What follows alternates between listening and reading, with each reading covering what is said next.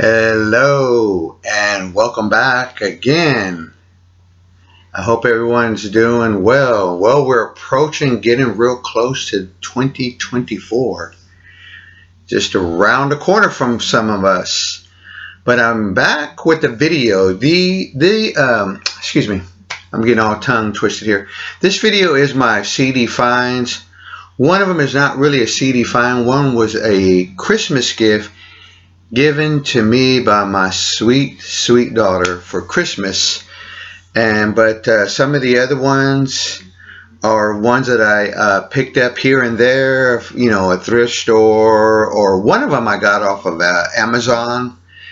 That is a compilation that I really enjoy. I still enjoy CDs, and I will go that route because usually I ask myself, do I have to have everything by that group on vinyl? And no, I don't. CD will work for me. So let's go ahead and let me begin here, okay? Here's the Christmas gift that I opened. I have here Who's Next? Lifehouse, The Who. Now I know I said in my video that I really wanted that super deluxe. I plan to get that someday. I don't know how, but I will. But this right here is really cool. These two are highlights from the some of the Lifehouse demos. It's remastered. I love this photo of The Who in here. It opens up. Comes with a 20-page booklet.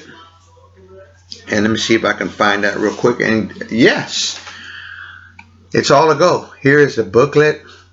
That famous photo that one of the, I'm pretty sure it was different photo takes for that album in the back. There he is, Pete Townshend on acoustic guitar. One of my favorite guitar players. I cannot wait to read some of this. I'm going to have to do a review what I think about this double CD and come back and talk about this at some later point. Okay. I picked up, here's what I was just saying. I didn't think I wanted to get this really on vinyl. CD is fine. This is 2023 released by Yes. Mirror to the Sky. It's a double disc. The second disc has some bonus tracks, about 3 of them. It's produced by Steve Howe. And this is their 23rd album. I don't mind having this on CD. But I have to be honest, I'm willing to give Yes another listen to with that singer of theirs from I just saw his name, John Davison, which he's in a band called Glass Hammer, which I like his vocals on their stuff. I just don't know why I haven't really, I'm not saying they're bad or anything, it hasn't really grabbed me and went, okay, that's really good. That's just me though. But here's the back of it. Also comes with the booklet. John Coltrane. This is what they called the last album. Jazz here. What's called Directions at Once, the lost album here. Sometimes I wonder how true that really is. This was made back in 1963. And saw the light of day. What the story is that someone made, and it might have been Rudder Van Gelder, made him a copy of these demos for him to listen at home, and his wife had them for some time. Then his son Ravi furnished them, and then they started putting this together. So let me know in the comments the story. I feel like some of this almost, and I could be wrong now, some of this was like, there was a box set of John Coltrane back, and I don't remember what it was called, but it was like some of the stuff from Impulse, and a lot of it was untitled stuff.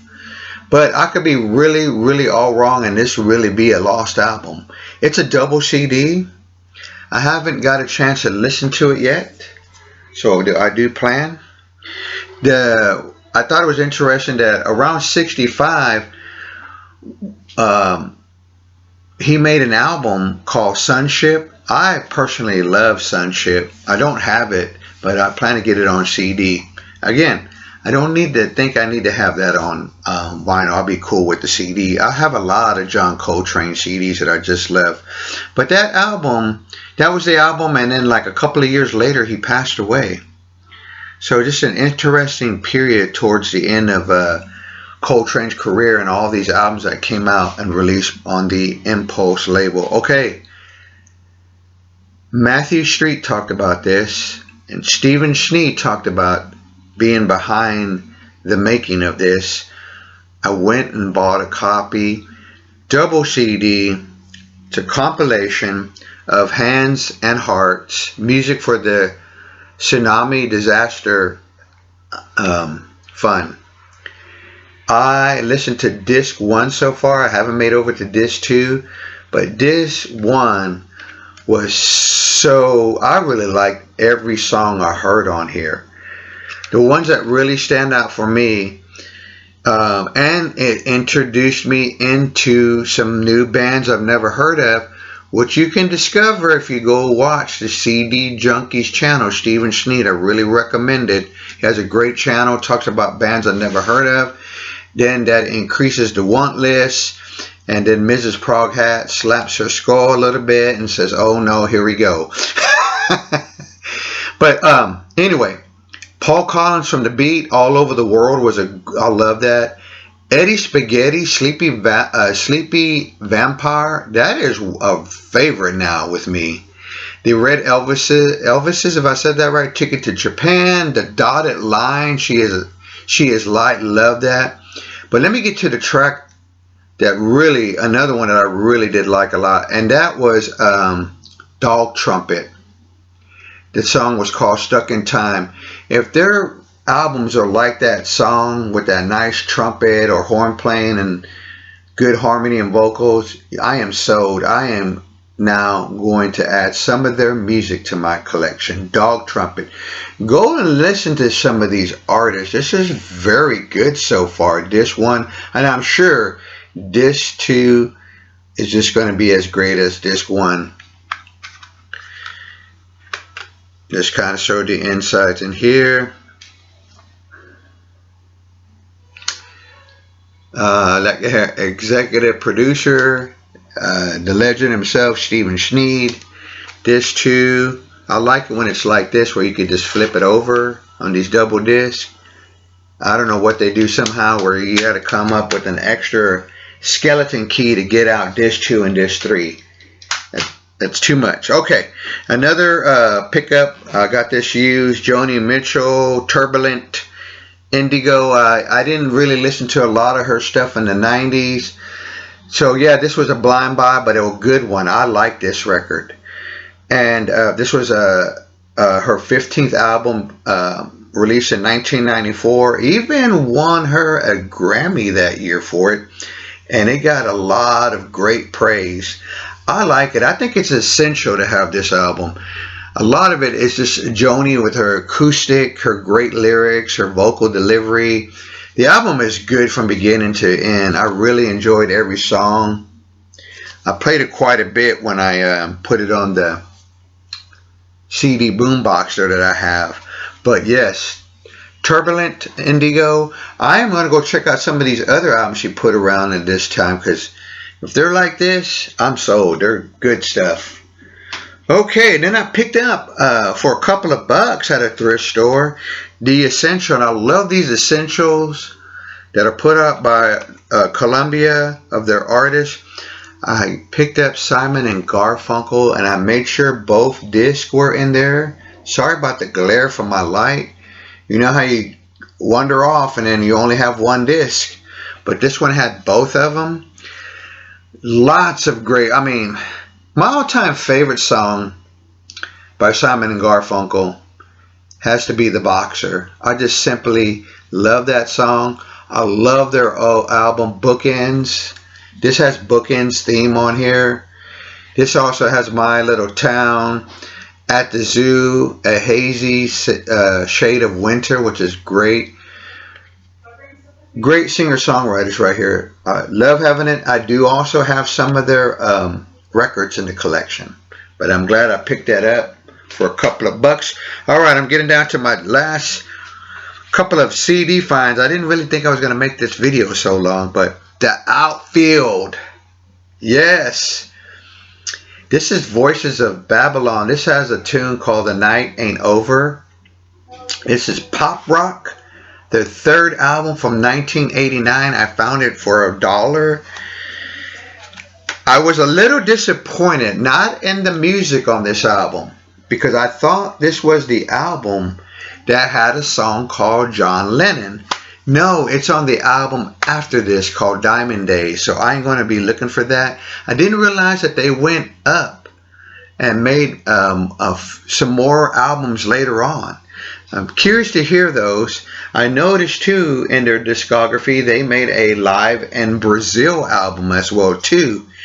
And so I had to ask my question about that. What is it that some of these bands make a Live in Brazil album? Does that help a lot of these artists that maybe folks may have forgotten to get back on the map again to record a live album in Brazil? Maybe not. Maybe so. I don't know. I just find that interesting that like there's even one from Men at Work, Live in Brazil, I believe too. Alright, my last CD find. I like this album. Folks, that's critics say, and they're critics, say that it was a letdown. I don't know why they say that about records I like. Well, you know why? Because I don't write about music artists and albums. But I like this album a lot. This is Jackson Browne, Looking East. This is his 11th album, 1996. I feel like there's a lot of good, strong material on this album. A lot of great songs on it. Let me take it out and just show that a little bit better. I really do apologize for the glare. Looking East. I love that song. The Barricades of Heaven. Some Bridges. What's the other one? Baby How Long. Are really, really good songs. I had a chance of seeing Jackson Browne on that album he made called The Naked Ride. I think that's what it was called, which is another good record, and I'm sure it didn't get praise, but I like that record. I think that's another one that has a lot of good songs. But I saw him open up for Tom Petty and the Heartbreakers, and I believe that was around the time of the Last DJ album for Tom Petty and the Heartbreakers. It was a great show. The icing on the cake for me of Jackson Browne, my all-time favorite song, and he did it live, was Doctor My Eyes. I love that song. It's high on my list, probably my top 100 songs. Maybe I should do my all-time favorite 100 songs and not do them all at 100, but break them down. I don't know. We'll see. But I would like to share, when I make that list or that video, if I do that, my all-time favorite song. I think it's going to shock some people. Maybe. I don't know. Appreciate y'all out there. Appreciate y'all leaving the comments. I went an extra long. These are some CD finds. Like I said, one was a Christmas gift that I just cannot wait to listen, which I will come back and do a review on the two CDs, read the booklet, and give my thoughts on it, because The Who are my favorite rock band of all time. Take care, everybody, and if I don't see you soon, I hope you have a great new year. Take care.